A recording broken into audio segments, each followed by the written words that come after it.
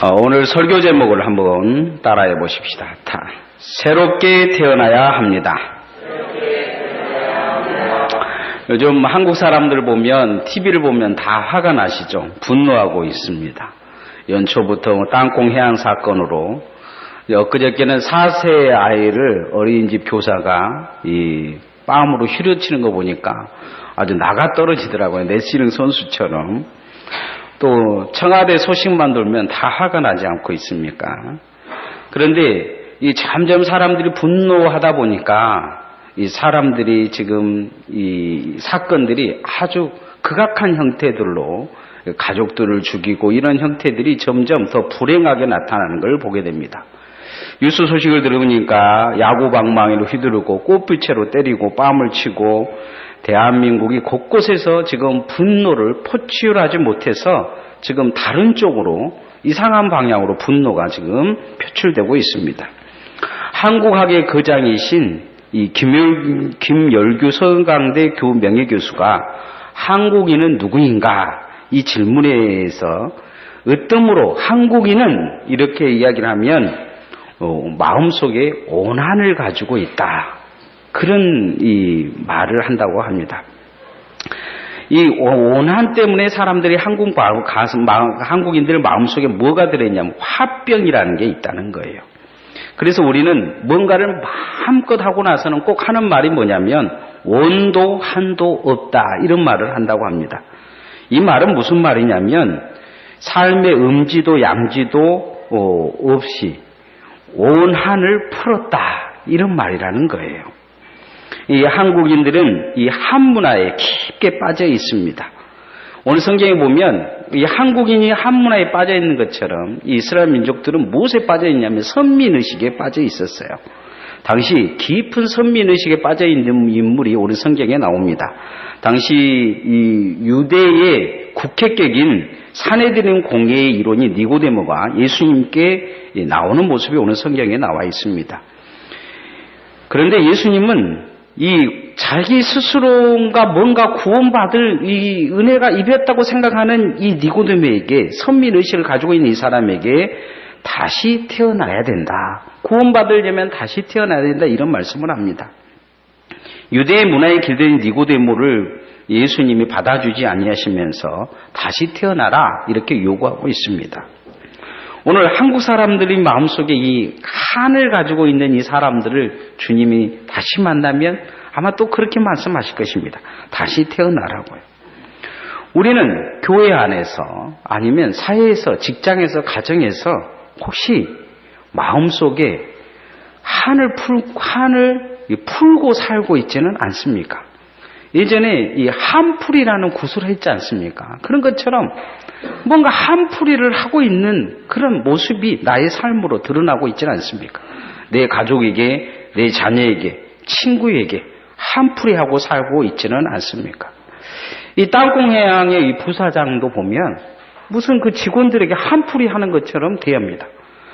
그리고 이 일가족을 죽이면서 엊그저께 떳떳하시다니 경찰이 잘못했다고 말하면서 큰 소리치는 이 사람을 보면 뭔가 한풀이 하고 있는 것 같아요. 어린아이 4세 아이를 그냥 이 레슬링 하는 사람들처럼 두드러게 패는 이 어린이집 교사의 모습을 보면 그 행동에 뭔가가 한풀이 하고 있는 행동의 모습이 보입니다. 사랑한다고 하면서 저주하고 안아주고 싶으면서 죽이고 싶고 증오하는 마음이 그 마음속에 숨어 있어서 어느 한순간 표출되어지는 것입니다. 우리가 혹 그렇게 살고 있지는 않습니까?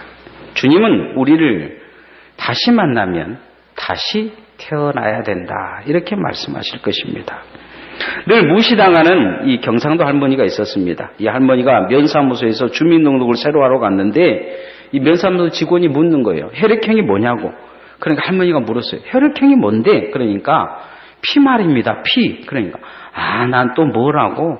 직원이 그럼 아세요? 그럼 알지. 이 가시나야 사람 무시하고 그래. 나도 안다 알아. 직원이 뭡니까? 이 할머니가 그렇게 나 피는 빨간 피다. 이렇게 나도 안다는 거죠. 예수님 만나서 예수님 딱 보면서 그래요. 나도 압니다, 예수님. 나도 선민입니다. 이렇게 말한 니고데모에게 핀잔을 주시면서 예수님이 하시는 말씀이 알기는 뭘 하냐. 다시 태어나야 된다. 이렇게 말씀하십니다. 우리는 교회 다니면서 뭔가 다 아는 것처럼 이야기하지만 우리도 주님 앞에 오면 날마다 다시 태어나야 될 줄 믿습니다. 첫 번째 우리는 어떻게 다시 태어나야 됩니까? 예수님으로 다시 태어나야 됩니다. 따라하십시다. 예수님으로 다시 태어나야 됩니다. 제가 광주에 살 때 우리 아들이 이제 큰아들이 유치원 다닐 때가 있었어요. 이 아들이 유치원에서 이 애벌레를 2마리를 가져왔습니다. 이 아들이 말로는 그래요. 얘가 크면 이렇게 하늘소 뭐가 된다, 소가 된다는 이야기를 좀 하는 것 같아요. 그러면 이 톱밥 속에 살아야 된다는데 톱밥을 아주 작게 가져온 거예요. 그래서 이 아이들이 키우다가 버린 이 햄스터 바구니가 있었어요. 그 바구니에다가 톱밥을 잔뜩 넣어서 이 먹이도 좀, 햄스터 남은 먹이도 좀 주면서 제가 길렀어요. 아이들은 가져다 놓고 던져버리고 기르기는 제가 그리는 거예요. 이제 문구사에 가서 톱밥도 더 사오고 이 먹이도 더 사와가지고 계속 먹이면서 새벽 예배 갔다 오면 꼭 확인해 봤어요.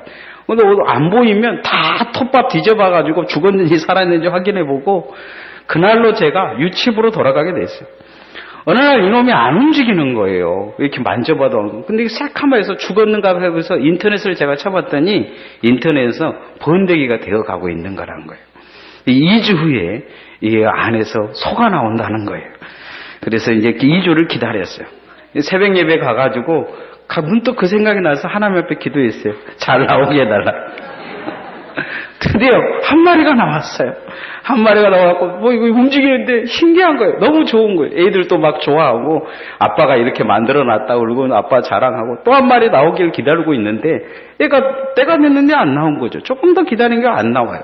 그리고 일주일 더 기다려보셔서 안 나와서 정말 꺼내서 이렇게 봤더니 안에 성충이 다 되었는데 깨어나지 못한 거예요. 잠에서 깨어나지 못해서 그냥 계속 잠들어 버린 거죠. 죽어 있는 것을 발견했어요. 여기 자기가 다 큰 것처럼 생각되는 사람, 그런데 주님 보시기에는 깨어나지 못한 한 사람이 예수님을 찾아와요. 애벌레 중 최고의 애벌레, 한올 장소 애벌레급이라고 예수님 앞에 거들먹거리고 있어요. 딱 보면서 예수님을 보면서 그래요. 아, 예수님도 내 급이군요. 사내들은 공회의원이면 이 국회의원급이면 이 오늘날의 우리나라 국회의원하고 급이 달라요. 이 사람들은 이 율법에 정통한 사람이요, 학문과 인격과 그 모든 것이 이 존경받을 만한 사람이라는 거예요. 그런 급의 사람이라고 자기 스스로 생각하고 예수님을 보면서 예수님도 내 급이군요, 이렇게 생각하는 거죠.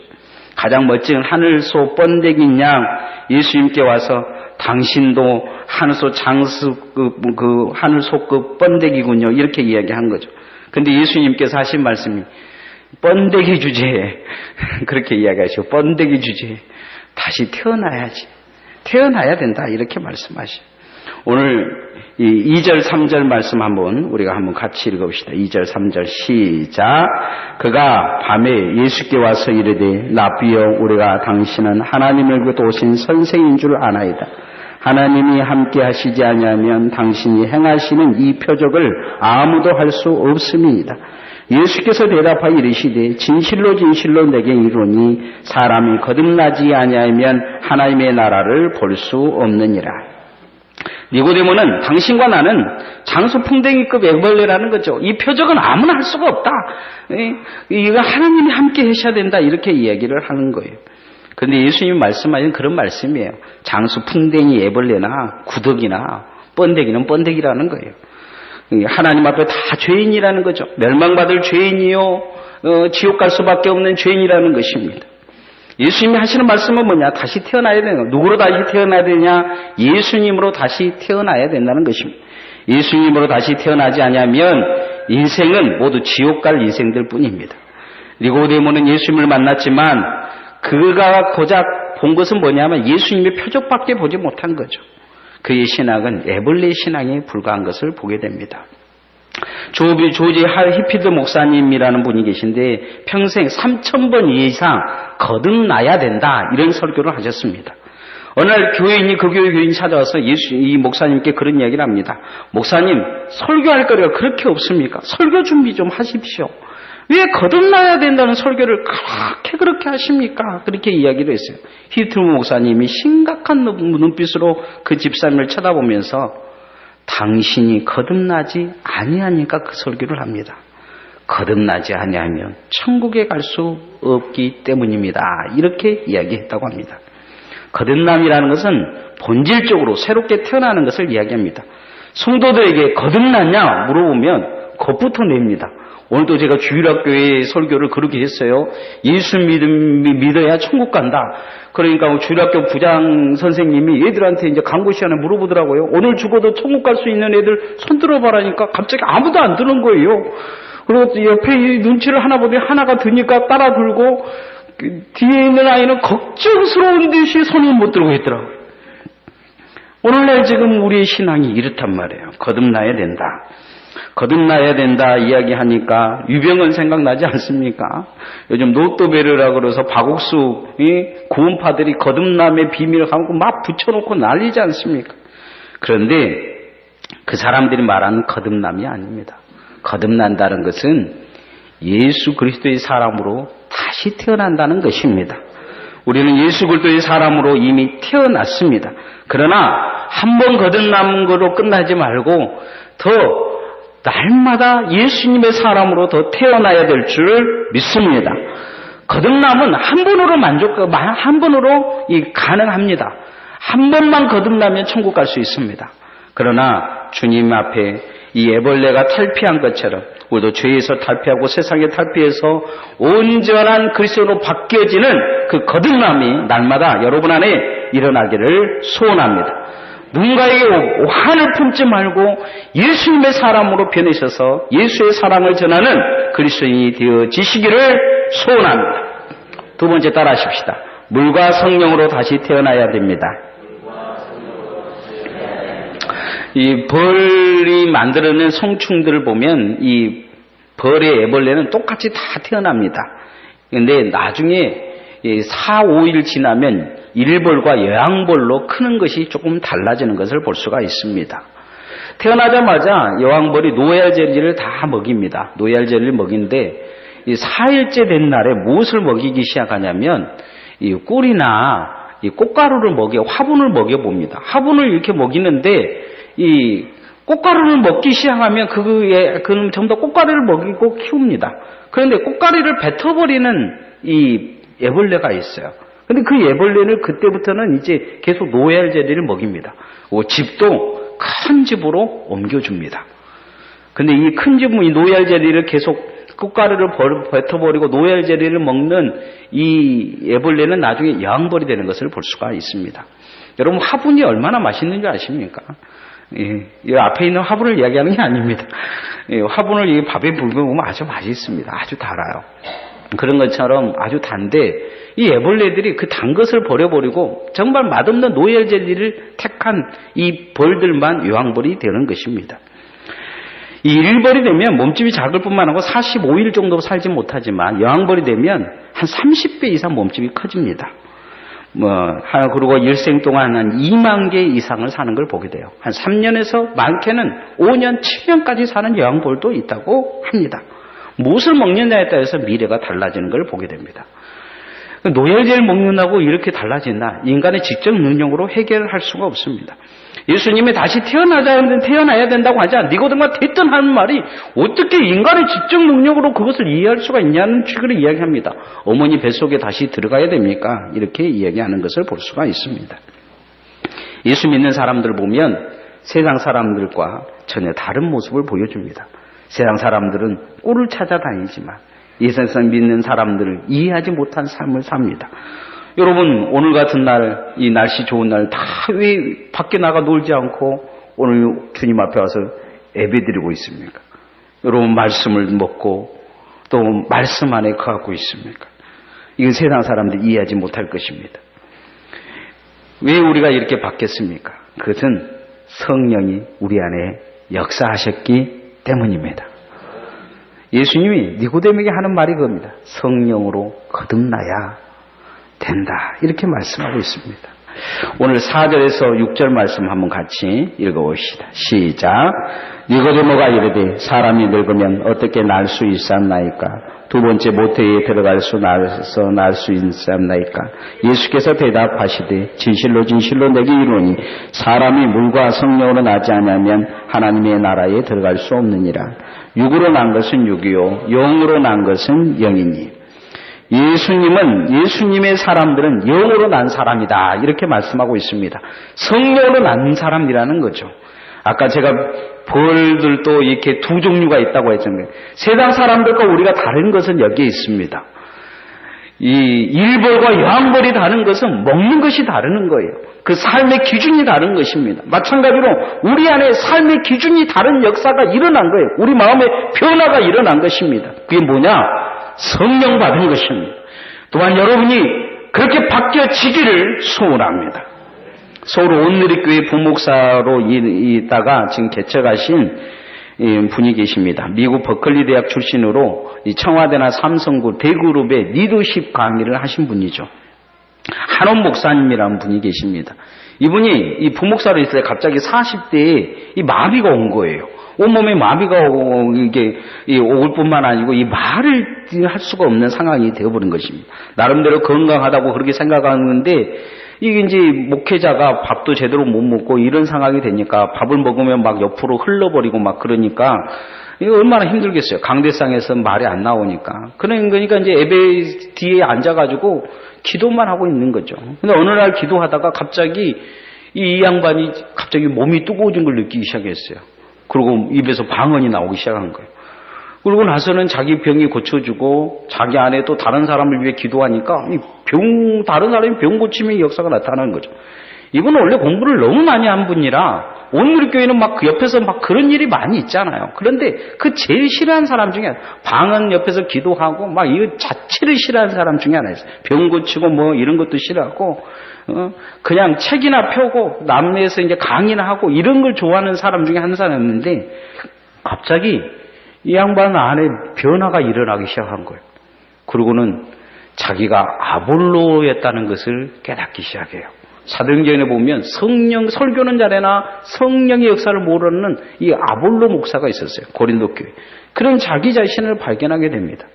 그리고는 이분이 이제 개척을 해요. 개척을 하고서 요즘 책을 쓴 거 보면 전부 다 무슨 성령을 받아야 된다, 성령으로 거듭나야 된다, 이 성령의 사람이 되어버린 것을 볼 수가 있습니다. 뭔가 그 안에 맛보지 못한 세계가 나타나기 시작한 거예요. 우리가 물과 성령으로 거듭나야 된다는 것은 예수님께서 말씀하시는 내용인데 이 땅에 우리가 신앙생활에서 반드시 맛보아야 될 생활이 뭐냐? 성령을 맛보아야 될 줄 믿습니다. 가끔 성령 받으라 하면 어떤 교단에서는 방언 받아야 되고 예언해야 되고 무슨 신비하고 꿈을 봐야 되고 이게 성령 받은 건 줄 알아요. 이게 무슨 충만하고 이거 뜨거운 줄 알아요.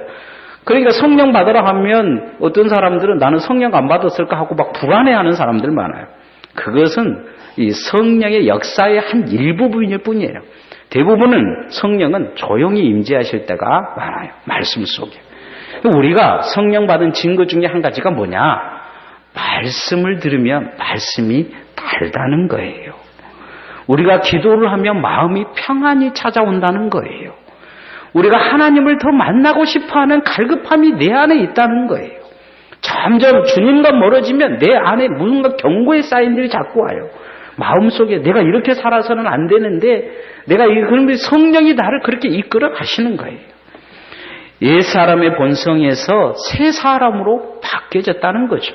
과거 예수의 교회 다니지 않았을 때와 지금과의 차이는 어떤 거냐? 과거 교회 다니지 않았을 땐 교회 다니는 사람이 이해되지 않았는데 이제 하나님 말씀 묻고 은혜 받은 사람이 이해되어지고 교회에서 헌신하고 충성한 사람이 이해되어진다는 거예요.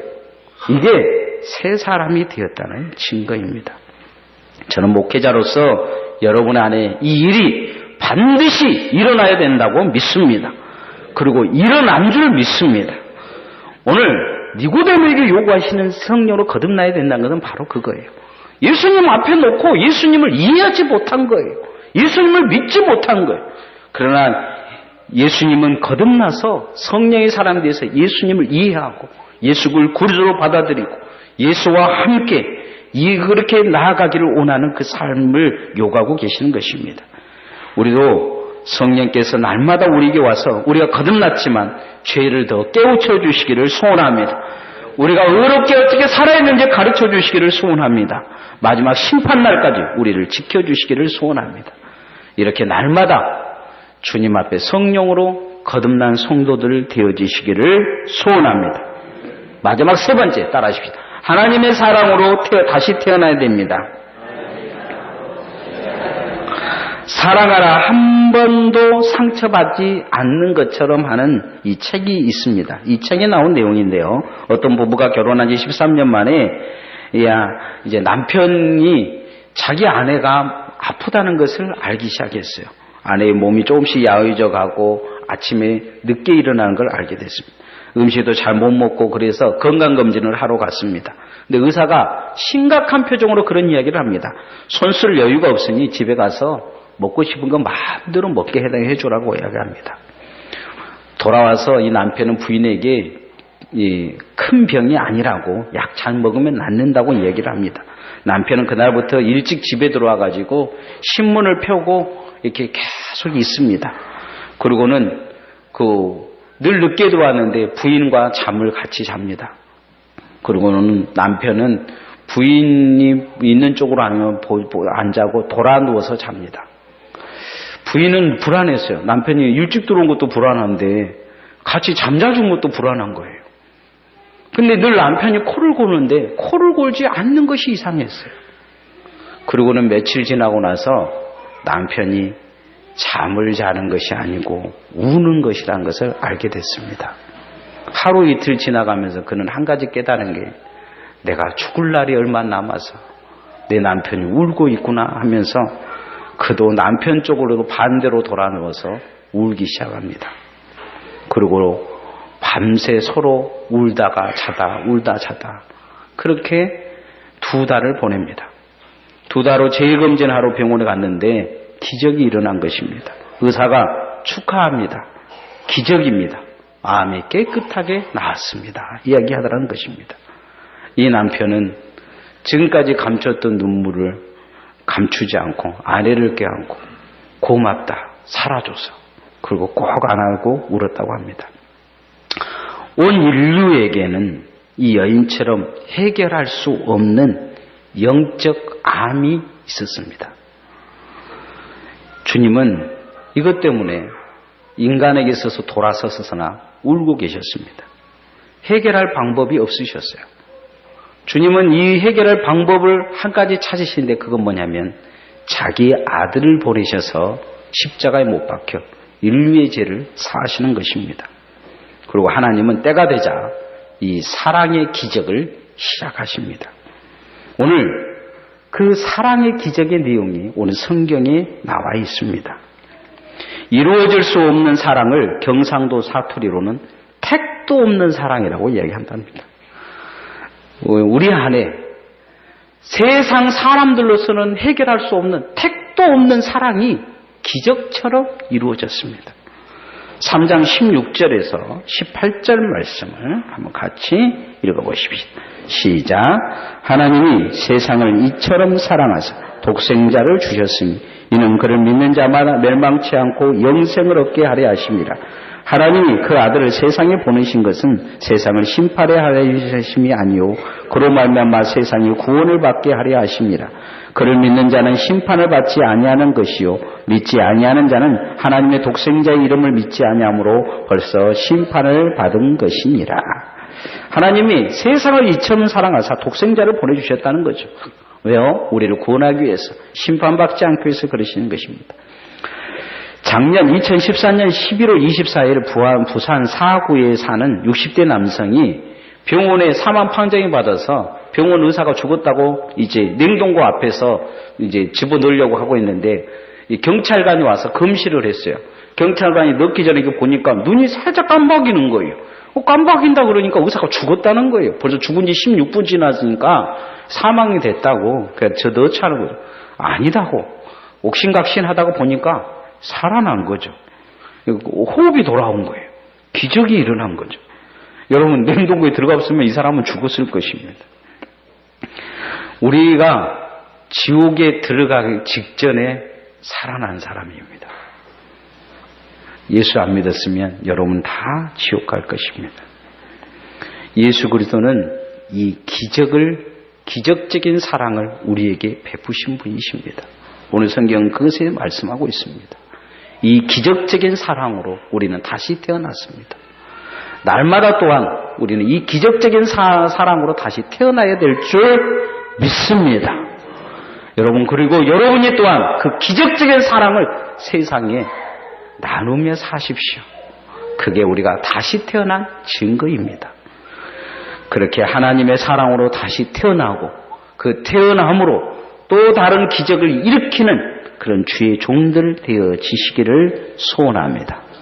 오늘 세례받은 사람들 또 성찬을 받은 우리는 다시 태어난 사람들입니다. 그리고 또한 다시 태어나야 될 사람들입니다.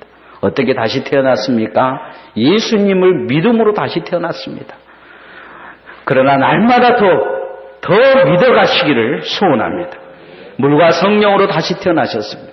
우리가 먹는 것은 다릅니다.